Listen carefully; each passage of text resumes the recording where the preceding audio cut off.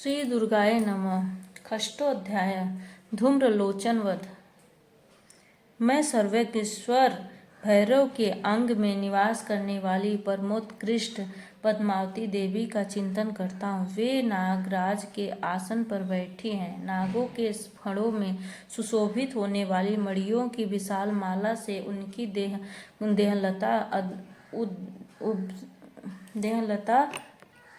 देहलता उद्भासित हो रही है। सूर्य के समान उनका तेज है। 3 नेत्र उनकी शोभा बढ़ा रही हैं। वे हाथों में माला, कुंभ, कपाल और कलम लिए हुए हैं तथा उनके मस्तक में अर्ध चंद्रमा का मुकुट सुशोभित है। ऋषि कहते हैं, देवी का यह कथन सुनकर दूत को बड़ा अमर्ष हुआ और उसने दैत्यराज के पास जाकर सब समाचार विस्तार पूर्वक कह सुनाया।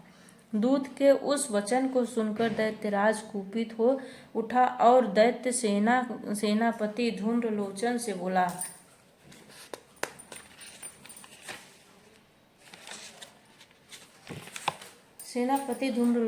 बोला, तुम शीघ्र अपनी सेना साथ लेकर जाओ और उस दुष्टा के केस पकड़कर घसीटते हुए उसे बलपूर्वक यहाँ ले आओ। उसकी रक्षा करने के लिए यदि कोई दूसरा खड़ा हो तो वह देवता, यक्ष अथवा गंधर्व ही क्यों न हो, उसे अवश्य मार डालना। ऋषि कहते हैं, शुंभ के इस प्रकार आज्ञा देने पर वह धूम्रलोचन दैत्य 60,000 असुरों की सेना को साथ लेकर वहां से तुरंत चल दिया। वहां पहुंचकर उसने हिमालय पर रहने वाली देवी को देखा और ललकार कर कहा, अरे तू शुंभ निशुंभ के पास चल। यदि इस समय प्रसन्नता पूर्वक मेरे स्वामी के समीप नहीं चलेगी तो बलपूर्वक झोटा पकड़कर घसीटते हुए तुझे ले चलूंगा।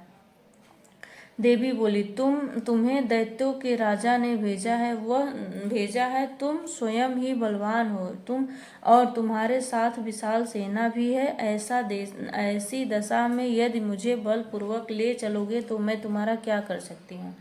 ऋषि कहते हैं, देवी के यों कहने पर असुर धूम्रलोचन उनकी ओर दौड़ा। तब अंबिका ने हूँ शब्द के उच्चारण मात्र से उसे भस्म कर दिया।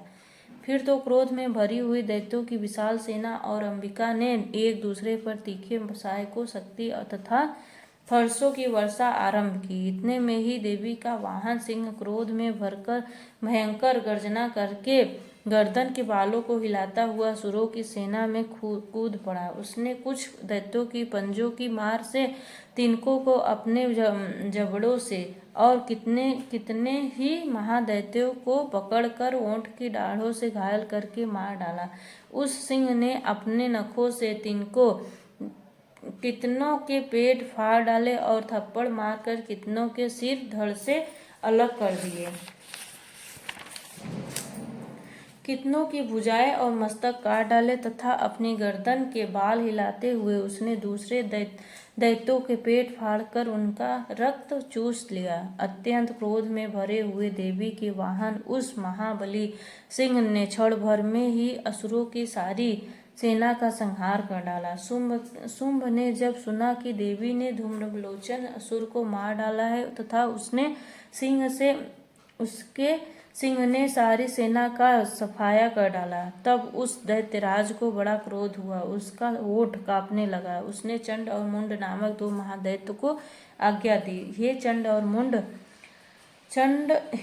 और हे मुंड, तुम लोग बहुत बड़ी सेना लेकर वहां जाओ। उस देवी के झोंटे पकड़कर अथवा उसे बांधकर शीघ्र यहाँ ले आओ। यदि इस प्रकार उसको लाने में संदेह हो तो युद्ध में सब प्रकार के अस्त्र शस्त्रों तथा समस्त आसुरी सेना का प्रहार करके उसकी हत्या कर डालना। उस दुष्टा की हत्या होने तथा सिंह के भी मारे जाने पर उस अंबिका को बांधकर साथ ले शीघ्र ही लौट आना। इस प्रकार मार्कंडेय पुराण में सार्वणिक मनवंतर की कथा के अंतर्गत देवी महात्म्य में धूम्रलोचन वध नामक 6ठा अध्याय पूरा हुआ। बोलो दुर्गा मैया की जय। श्री दुर्गाय नमः। चंड और मुंड का वध। इस कथा में हम लोग चंड और मुंड का वध सुनेंगे। मैं मातंगी देवी का ध्यान करता हूँ। वे रत्नमय सिंहासन पर बैठकर पढ़ते हुए तोते का मधुर शब्द सुन रही हैं। उनके शरीर का वर्ण श्याम है।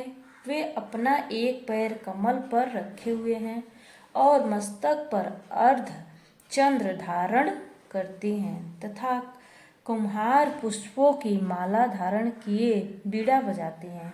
उनके अंग में कसी हुई चोली शोभा पा रही है। वे लाल रंग की साड़ी पहनने हाथ में शंखमय पात्र लिए हुए हैं। उनके बदन पर मधु का हल्का हल्का प्रभाव जान पड़ता है और ललाट में वेदी शोभा दे रही है। ऋषि कहते हैं, तदंतर शुंभ की आज्ञा पाकर वे चंड मुंड और दैत्य चतुरंगिणी सेना के साथ अस्त्र शस्त्रों से सुसज्जित हो चल दिए। फिर गिरिराज हिमालय के सुवर्णमय ऊंचे शिखर पर पहुंचकर उन्होंने सिंह पर बैठी देवी को देखा। वे मंद मंद मुस्कुरा रही थी। उन्हें देखकर दैत्य लोग तत्परता से पकड़ने का उद्योग करने लगे। किसी ने धनुष का तान लिया, किसी ने तलवार संभाली और कुछ लोग देवी के पास आकर खड़े हो गए। तब अंबिका ने उन शत्रुओं के प्रति बड़ा क्रोध किया। उस समय क्रोध के कारण उनका मुख काला पड़ गया, ललाट में भौहें टेढ़ी हो गई और वहां से तुरंत विकराल रूपी काली प्रकट हुई जो तलवार और पास लिए हुई थी। वे विचित्र खटक बांग धारण किए और चीते के चर्म की साड़ी पहने नर मुंडों की माला से विभूषित थी। उनके शरीर का मांस सूख गया था, केवल हड्डियों का ढांचा था जिससे वे अत्यंत भयंकर जान पड़ती थी। उनका मुख बहुत विशाल था। जीभ लपलपाने के कारण वे और भी डरावनी प्रतीत होती थी। उनकी आंखें भीतर को धसी हुई थी और कुछ लाल थी। वे अपनी भयंकर गर्जना से संपूर्ण दिशाओं को गुजार रही थी। बड़े बड़े दैत्यों का वध करती हुई वे कालिका देवी बड़े वेग से दैत्यों की उस सेना पर टूट पड़ी और उन सबको भक्षण करने लगी। वे पार्श्व रक्षकों, अंकुशधारी महावतों, योद्धाओं और घंटा सहित कितने ही हाथियों को एक ही हाथ से पकड़कर मुंह में डाल लेती थी। इस प्रकार घोड़े, रथ और सारथियों के साथ रथी सैनिकों को मुंह में डालकर वे उन्हें बड़े भयानक रूप से चबा डालती थी। किसी के बाल पकड़ लेती, किसी का गला दबा देती, किसी को पैरों से कुचल देती, पैरों को कुचल डालती और किसी को छाती के धक्के से गिराकर मार डालती थी। वे असुरों के छोड़े हुए बड़े बड़े अस्त्र शस्त्र मुंह से पकड़ लेती और रोष में भरकर उनको दांतों से पीस डालती थी। काली ने बलवान एवं दुरात्मा दैत्यों की वह सारी सेना खा डाली और कितनों को मार भगाया। कोई तलवार के घाट उतारे गए, कोई खड्ग वांग से पीटे गए और कितने ही असुर दांतों के ग्रह भाग से कुचले जाकर मृत्यु को प्राप्त हुए। इस प्रकार देवी ने असुरों की उस सारी सेना को क्षण भर में मार गिराया। यह देख चंड उन अत्यंत भयानक काली देवी की ओर दौड़ा तथा महादैत्य मुंड ने भी अत्यंत भयंकर बाणों की वर्षा से तथा हजारों बार चलाए हुए चक्रों से उन भयानक नेत्रों वाली देवी को आच्छादित कर दिया। वे अनेकों चक्र देवी के मुख से समाते हुए ऐसे जान पड़े मानो सूर्य के बहुतेरे मंडल बादलों के उदर में प्रवेश कर रहे हों। तब भयंकर गर्जना करने वाली काली ने अत्यंत रोष में भरकर विकट अट्टहास किया। उस समय उनके विकराल वेदन के भीतर कठिनता से देखे जा सकने वाले दांतों की प्रभा से वे अत्यंत उज्ज्वल दिखाई देती थी। देवी ने बहुत ही तलवार हाथ में ले हंग का उच्चारण करके चंड पर धावा किया और उसके केस पकड़कर उसी तलवार से उसका मस्तक काट डाला। चंड को मारा गया देखकर मुंड भी देवी की ओर दौड़ा।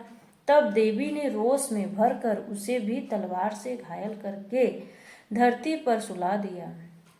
महापराक्रमी चंड और मुंड को मारा गया देख मरने से बची हुई बाकी सेना भय से व्याकुल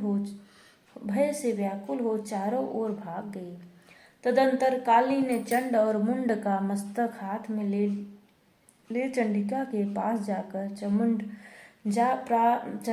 पास जाकर प्रचंड अट्टहास करते हुए कहा, देवी, मैंने चंड और मुंड नामक इन दो महापशुओं को तुम्हें भेंट किया। अब युद्ध यज्ञ में तुम शुंभ और निशुंभ का स्वयं ही वध करना। ऋषि कहते हैं, वहां लाए हुए उन चंड मुंड नामक महादैत्यों को देखकर कल्याणमयी चंडी ने काली से मधुर वाणी में कहा, देवी, तुम चंड और मुंड को लेकर मेरे पास आई हो, इसलिए संसार में चामुंडा के नाम से तुम्हारी विख्याति होगी। इस प्रकार श्री मार्कंडेय पुराण में सावर्णिक मनवंतर की कथा के अंतर्गत देवी महात्म्य में चंड मुंड वध नामक 7वां अध्याय पूरा हुआ। बोलो दुर्गा मैया की जय। क्षमा प्रार्थना। परमेश्वरी, मेरे द्वारा रात दिन सहस्त्रों अपराध होते रहते हैं। यह मेरा दास है, यूं समझकर मेरे उन अपराधों को तुम कृपा पूर्वक क्षमा करो। परमेश्वरी, मैं आवाहनम नहीं जानता, विसर्जनम करना नहीं जानता तथा पूजा करने का ढंग भी नहीं जानता। क्षमा करो देवी सुरेश्वरी, मैंने जो मंत्रहीन, क्रियाहीन और भक्तिहीन पूजन किया है वह सब आपकी कृपा से पूर्ण हो। सैकड़ों अपराध करके भी जो तुम्हारी शरण में जा जगदम्ब कहकर पुकारता है उसे वह गति प्राप्त होती है जो ब्रह्मादि देवताओं के लिए भी सुलभ नहीं है। जगदम्बिके, मैं अपराधी हूँ किंतु तुम्हारी शरण में आया हूँ। इस समय दया का पात्र हूँ, तुम जैसा चाहो वैसा करो। देवी परमेश्वरी, अज्ञान से, भूल से अथवा बुद्धि भ्रांत होने के कारण मैंने जो न्यूनता या अधिकता कर दी हो वह सब क्षमा करो और प्रसन्न हो। सच्चिदानंद स्वरूपा परमेश्वरी, जगत माता कामेश्वरी, तुम प्रेम पूर्वक मेरी यह पूजा स्वीकार करो और मुझ पर प्रसन्न रहो। देवी सुरेश्वरी, तुम गोपनीय से भी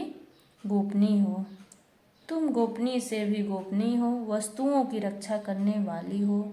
मेरे निवेदन किए हुए इस जप को ग्रहण करो, तुम्हारी कृपा से मुझे सिद्धि प्राप्त हो। बोलो देवी मैया की जय।